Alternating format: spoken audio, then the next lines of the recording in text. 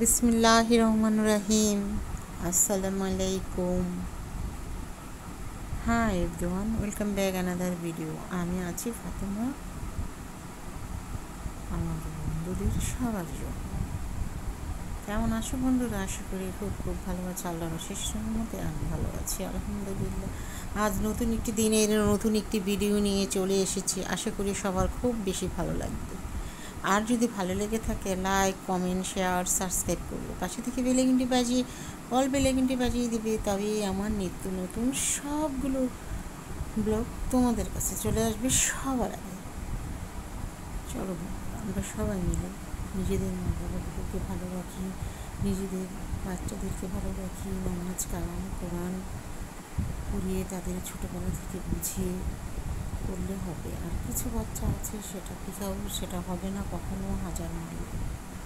এটাই তো জীবন, আর এই জীবনটাই তো আসল জীবন। এই তো রুটি মেকারে রুটি বানিয়ে নিলাম, এত পাতলা আর এত সুন্দর হয়। রুটি বানানোর পরে হাতও দেখা যায় হাতের উপরে রাখলে। আর এটা হচ্ছে বোনা খিচুড়ি, চূড়ামি করে বোনা খিচুড়ি রান্না করেছি।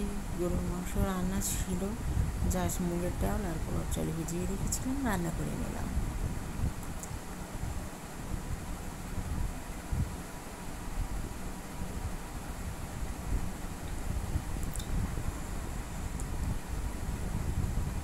তাদেরকে বোঝাতে হবে এই দুনিয়া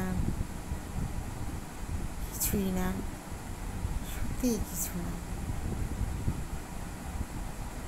হ্যাঁ, সবার আগে নিজেকে ভালোবাসতে হবে। নিজেকে ভালোবাসা মানে এই নয়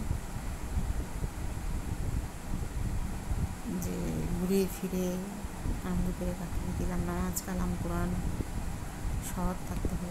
এখানে পেঁয়াজ তেজপাতা গরম মশলা দিয়ে আমি জাস্ট একটু আদা রসুনের পেস্ট দিয়েছি, ধুয়ে রাখা পোলার চাউল আর ডাল দিয়ে দিয়েছি, দিয়ে ভেজে পরিমাণ মতো পানি দিয়ে দিয়েছি। হলুদের গুঁড়ো, মরিচের গুঁড়ো, ধনিয়ার গুঁড়ো হাফ টিস্পুন করে দিয়ে নিয়ে নিয়েছি। তারপরে মাংসটা দিয়েছি। এমন অবস্থায় চাউলটা 50% যখন হয়ে গেছে তখন মাংসটা দিয়ে দিয়েছি। মাংসটা রান্না করা ছিল, মাংসটা রান্না করার রেসিপি আমি দিয়ে দিয়েছি আজকে।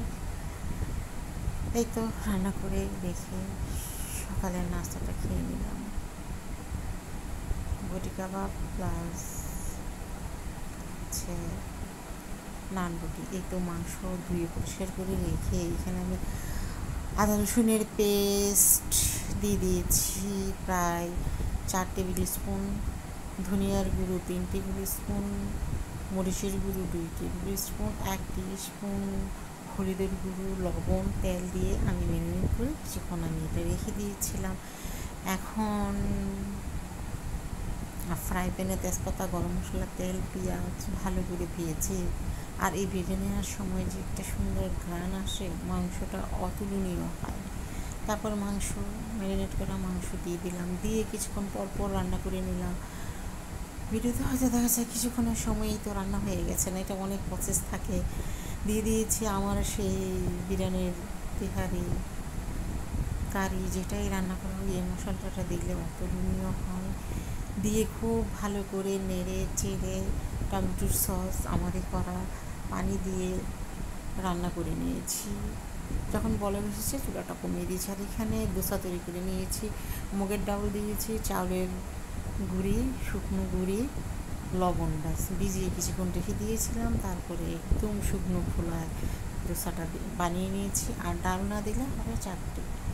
এই দোসাটা ভীষণ মজার হয়।